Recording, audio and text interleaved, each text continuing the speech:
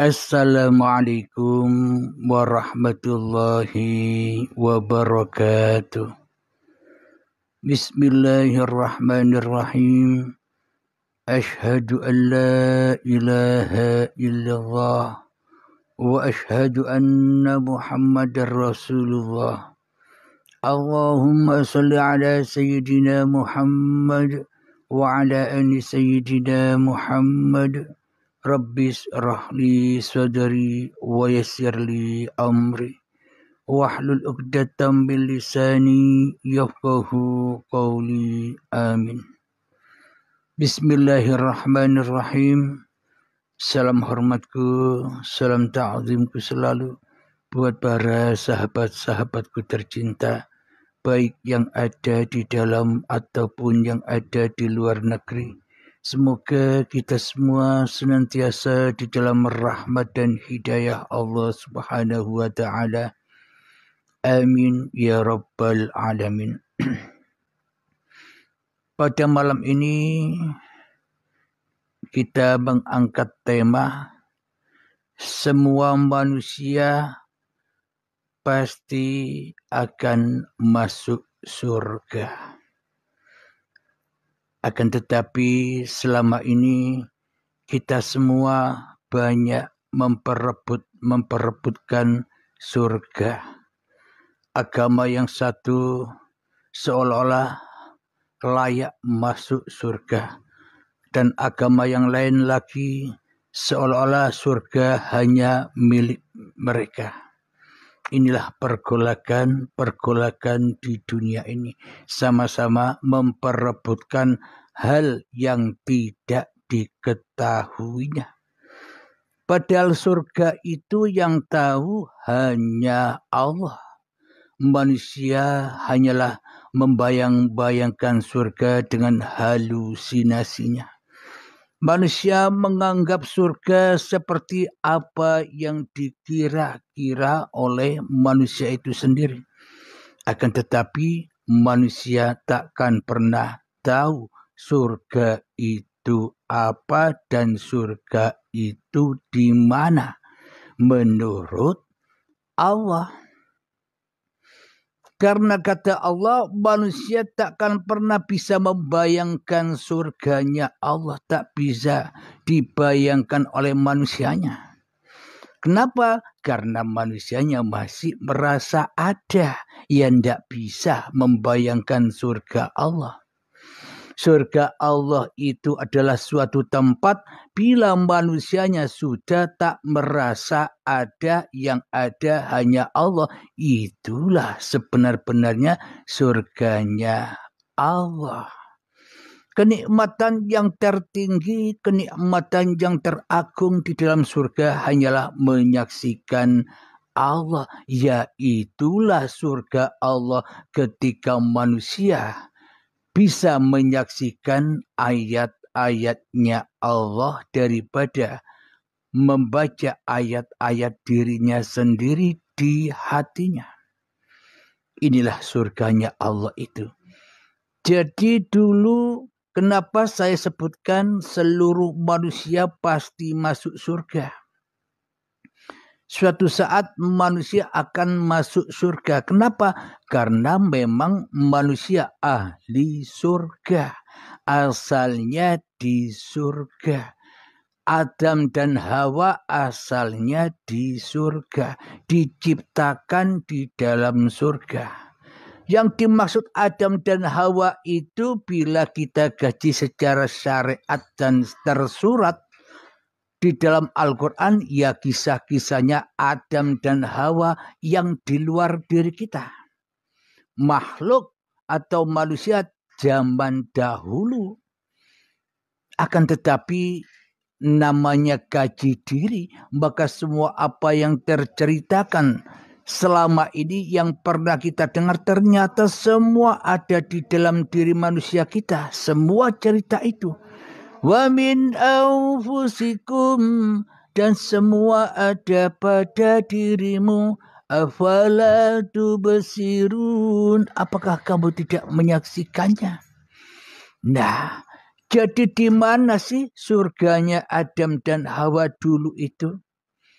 Surganya Adam dan Hawa dulu itu adalah ketika keadaman diri manusia kita saat sebelum detik-detik akil balik tiba, yaitulah surganya Adam dan Hawa. Adam dan Hawa belum bisa mengaku-akui. Maknanya Adam dan Hawa sebelum makan buah khuldi. Adam dan Hawa ketika belum bisa mengaku-akui dan memakan buah khuldi, yakni memakan buah hidup dan badan ini, itulah surganya Adam dan Hawa. Sama seperti kita ini sebelum kita menginjak detik-detik akil balik, sebelum kita menginjak kita tahu apa-apa dan kita tahu siapa-siapa, ketika kita masih bayi, ya itulah surganya Adam dan Hawa, ketika yang ada hanya Allah. Allahnya yang ada. Manungsane raono. Manusianya tidak ada. Yang ada hanya Allah. Manusianya kemana? Gaib. Yang gaib itu siapa sih? Manusianya apa Tuhannya? Ya tergantung manusianya.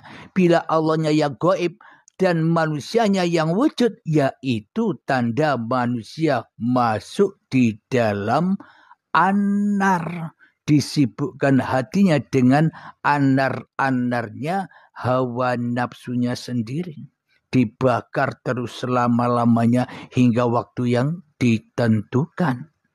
Yakni kiamat atau syakaratul maut. Jadi surganya Adam dan Hawa itu ketika manusianya belum tahu apa-apa. Belum tahu siapa-siapa, kepada diri manusianya sendiri saja tidak tahu. Ya itulah surganya Adam dan Hawa, sama seperti ketika kita masih kecil atau masih bayi. Meskipun wujud kita bayi syariatnya ada, tapi hakikatnya kita tidak ada di dalam bayi. Kenapa? Karena bayi itulah tanda kewujudan dohir batinnya Allah. Kullu mauludin yuladu alal fitrah. Seluruh bayi yang terlahir ke dunia itu dalam keadaan suci bersih. Kenapa kok bayi disebut suci bersih? Padahal bayi itu tidak sholat. Padahal bayi itu tidak ibadah. Padahal bayi itu tidak zikiran. Padahal bayi itu enjoy saja. Kenapa kok disebut suci? Karena bayi tidak bisa atau belum bisa mengaku-akui bahwa hidup dan badan serta aktivitas yang dilakukan oleh si bayi atau gerakan yang dilakukan si bayi masih belum teraku-akui oleh bayinya. Yaitulah Adam dan Hawa ketemu di surga. Maka ketika manusia datang detik-detik akil balik, maka saat itulah Adam dan Hawa melanggar sumpahnya, yakni dilarang mendekati pohon ini atau kayu khuldi. Maka dimakanlah buah kehidupan, dimakanlah buah badan, serta dimakan semua, dilahap semua, apapun yang dikerjakannya seolah-olah kuasa manusia yang terjadi di dalam hati kita daripada kuasa Tuhan. Yaitulah anar api neraka. Ketika Adam dan Hawa sudah melahap atau memakan buah kehidupan ini, maka dipisahkanlah, maka diturunkanlah keduanya dari surga. Diturunkan ke dunia, tapi turunnya bukan seperti turunnya Mr. Bean loh ya. Turun dari atas langit ke dunia gedebuk. Bukan itu yang dimaksud turun. Yang dimaksud turun ke dunia itu ketika si jabang bayi sudah menginjak detik-detik akil balik tiba, merasa hidup ini hidupku, badan ini badanku, ini tasku, ini pensilku, ini mainanku, ini permenku dan sebagainya. mulailah mengaku-ngakui semua adalah milik bayinya, maka itulah yang dimaksud turun ke dunia. Disibukkan hatinya yang dulu tidak sibuk dengan dunia, kini setelah makan buah khuldi, setiap manusia disibukkan dengan perkara-perkara dunia. Itulah yang dimaksud Adam dan Hawa diturunkan ke dunia. Dan diturunkan ke dunia dipisahkan antara Adam dan Hawa. Adam itu apa sih? Adam itu tidak ada. Hawa itu apa sih? Ya hawa nafsu manusia inilah yang merasa ada daripada Allah. Ya inilah terpisahnya Adam dan Hawa. Tak akan pernah bertemu untuk menikah lagi bila manusianya tidak belajar ilmu hakikat dan makrifat. Adam dan Hawa tidak akan berjumpa lagi untuk menikah lagi bila manusianya masih sibuk dengan urusan-urusan hawa nafsunya. Ya merana terus, ya bersedih terus, ya menderita terus. Hidup tak ada tenangnya, hidup di dalam ketakutan.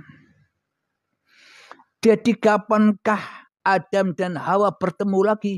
Ketika manusianya bertemu dengan detik-detik baiat, yakni bimbingan baiat, atau dengan ketemu baiatul akbar, syakaratul maut, kiamat kubro. Jadi kalau sudah kiamat kubro, manusianya ketemulah dengan Hawa dan Adam, ketemu lagi, menikah lagi, dan suci lagi seperti bayi. Ketika manusianya sudah inna lillahi, datang dari Allah, wa inna ilaihi raji'un, dan kembali kepada Allah. Ketika manusianya sudah is dead. Kalau manusianya sudah mati, apa yang bisa diaku-akuinya lagi? Kalau manusia yang sudah mati, apa yang dibangga-banggakan lagi? Kalau manusianya sudah mati, apa yang ditakut-takutkan lagi? Enjoy saja. Seperti bayi. Inilah tanda bukti bahwa seluruh manusia besok pasti akan masuk surganya Allah. Tapi bagi orang-orang yang belum menemukan Allah, ya masuk surganya belakangan. Akan tetapi manusia yang sibuk mencari jalan Allah, ibaratkan mau masuk surga dahulu, bertemu dengan Kanjeng Nabi Muhammad sallallahu alaihi wasallam.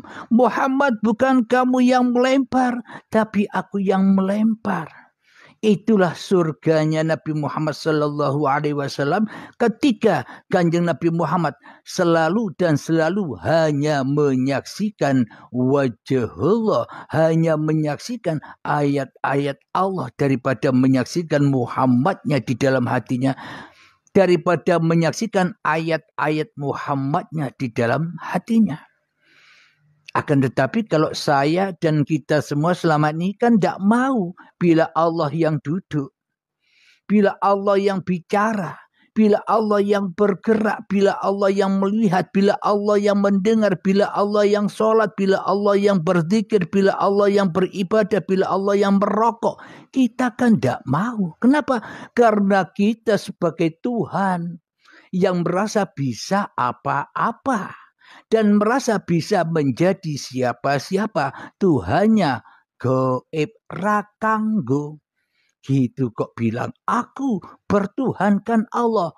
Tapi di dalam dada kita yang ada bukan Allah, berarti bohong, berarti dusta. Yang dipertuhankan hanyalah berhala-berhala hawa nafsu kita sendiri yang banyak keinginan ini.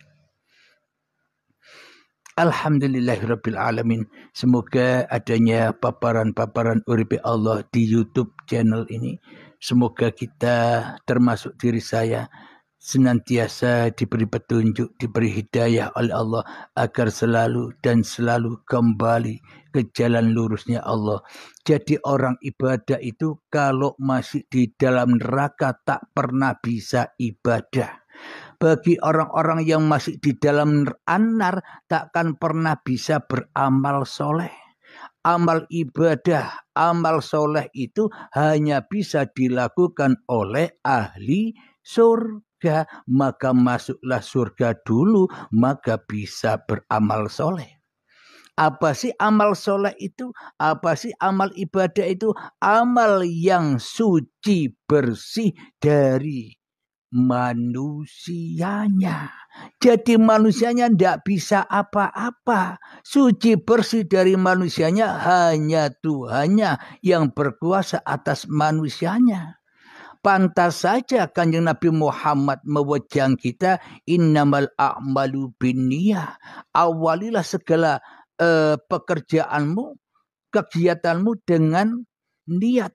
Supaya apa? Supaya kita tidak mengaku-akui lagi apapun yang kita kerjakan agar lillahi ta'ala. Najis amal kita bila itu kita sangka amal kita. Najis solat kita bila kita sangka bahwa solat itu kekuasaan kita. Najis kita, hidup kita ini bila hidup ini masih teraku-akui oleh hidup ini hidupnya manusia.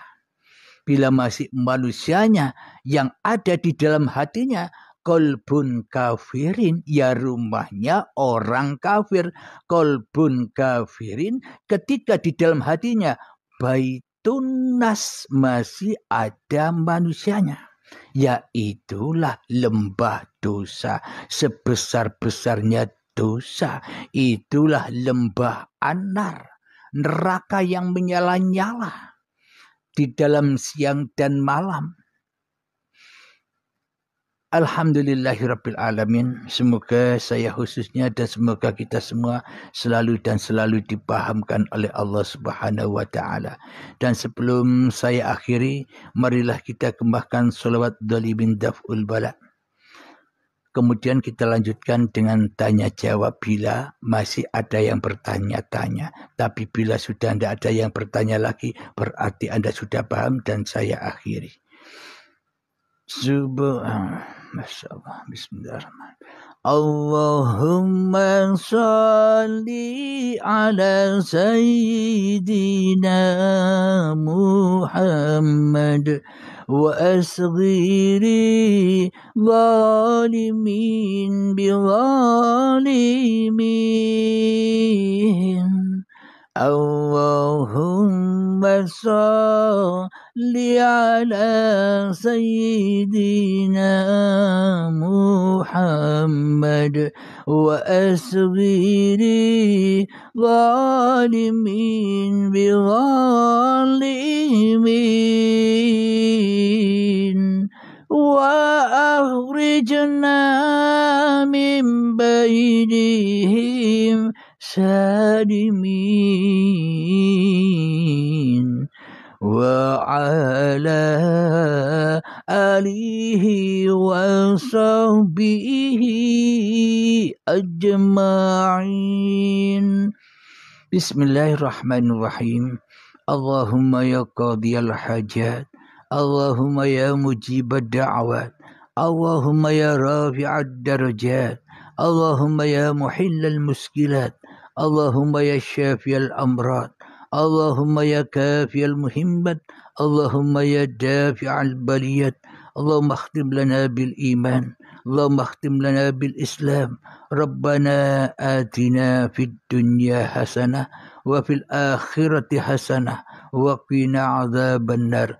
Wa sallallahu ala sayyidina Muhammad wa ala alihi wa sahbihi wa sallam. Walhamdulillahi rabbil alamin. Akhir kalam. Assalamualaikum warahmatullahi wabarakatuh.